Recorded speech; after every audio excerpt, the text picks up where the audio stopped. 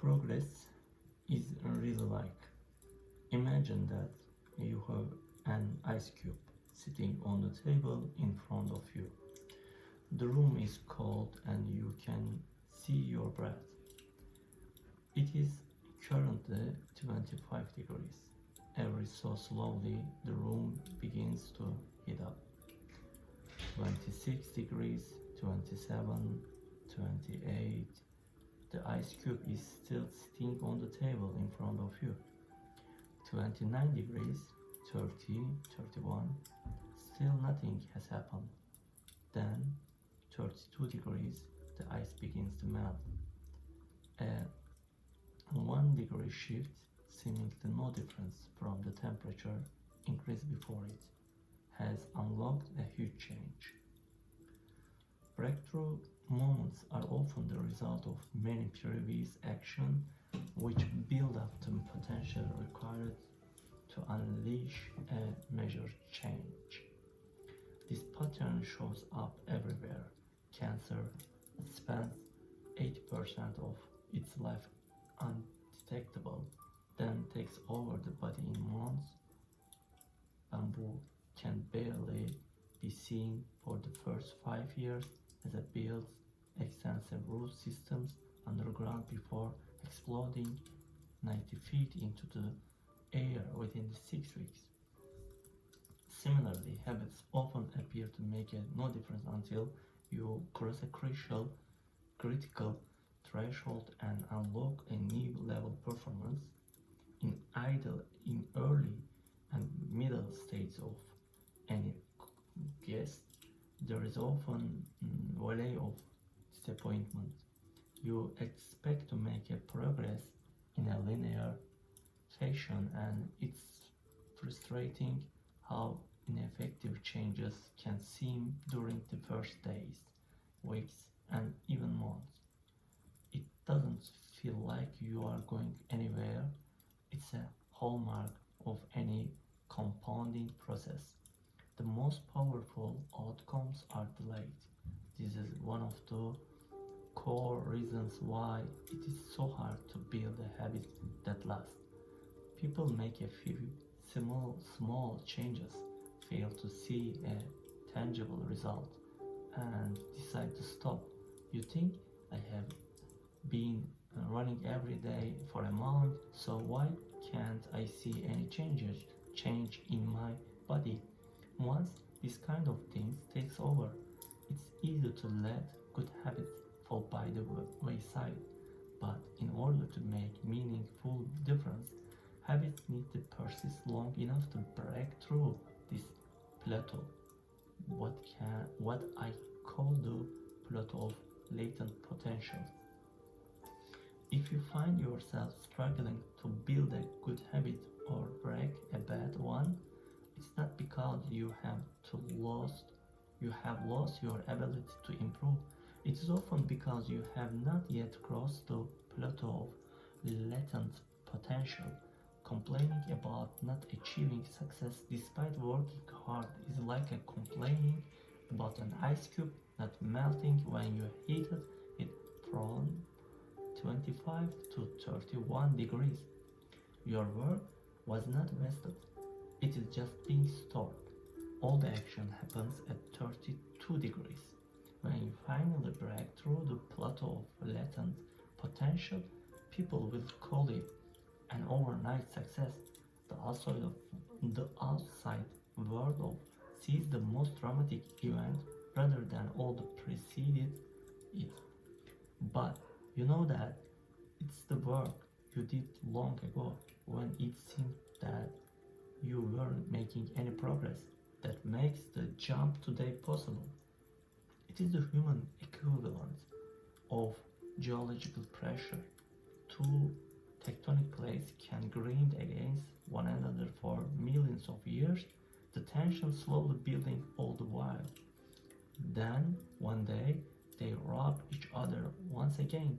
In the same fashion, they have 4 ages, but this time the tension is too great.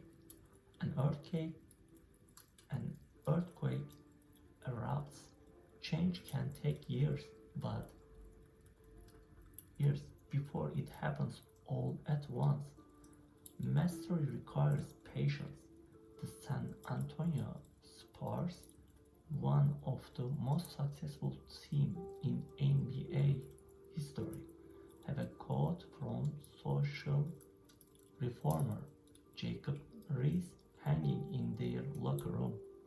When nothing seems to help, I go and look at the stonecutter hammering away at his rock, perhaps 100 times without as much as a crack showing in it. Yet, at the 101st blow, it will split in two.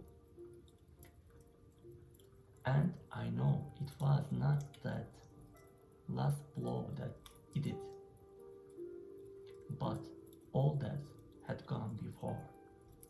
The plateau of latent potential. All big things come from small beginnings. The seed of every habit is a single tiny decision, but as that decision is repeated, a habit sprouts and grows stronger. Roots entrench themselves and branches grow. The task of breaking a bad habit is like uprooting a powerful oak within us. And the task of building a good habit is like cultivating a delicate flower one day at a time.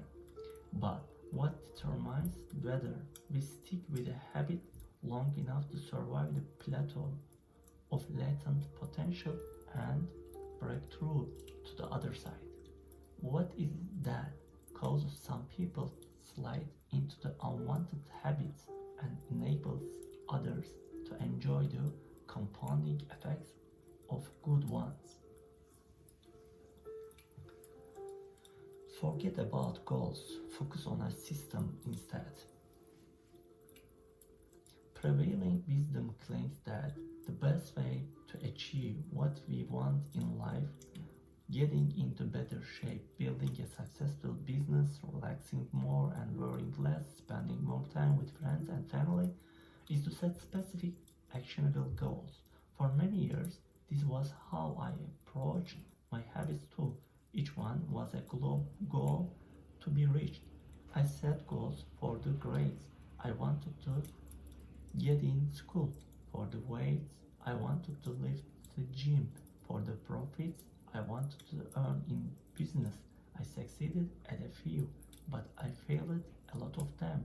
Eventually, I began to realize that my results had very little to do with the goals I set and nearly everything to do with the system I followed. What's the difference between system and goals? It's a distinction I first learned from Scott Adams, the cartoonist behind the Dilbert comic.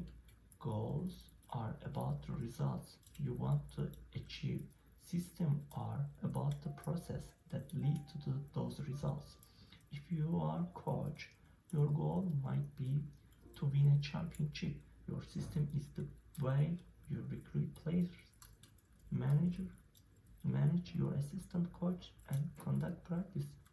If you are an entrepreneur, your goal might be build $1 million business. Your system is how you test product ideas, hire employees, and run marketing campaigns. If you are a musician, your goal might be to play a new piece. Your system is how often you practice, how you break down and tackle difficult measures, and your method for receiving feedback from your instructor. Now, for the interesting question, if you completely ignore your goals and focus only on your system, would you still succeed? For example, if you were a basketball coach and you ignored your goal to win a championship and focus only on what your team does a practice each day, would you still get results? I think you will. The goal in any sport to finish with the best score, but it would be ridiculous to spend whole game staring at the scoreboard. The only way to actually win is to get better each day. In the words three-time Super Bowl winner Bill Walsh. The score takes more of itself. The same is true for other areas of life. If you want the better results, then forget about setting goals. Focus on your system instead. What do I mean by this? Are goals completely useless? Of course not. Goals are good for setting direction, but systems are best for making progress. A handful of problems arise when you spend too much time thinking about your goals and not enough time designing your system.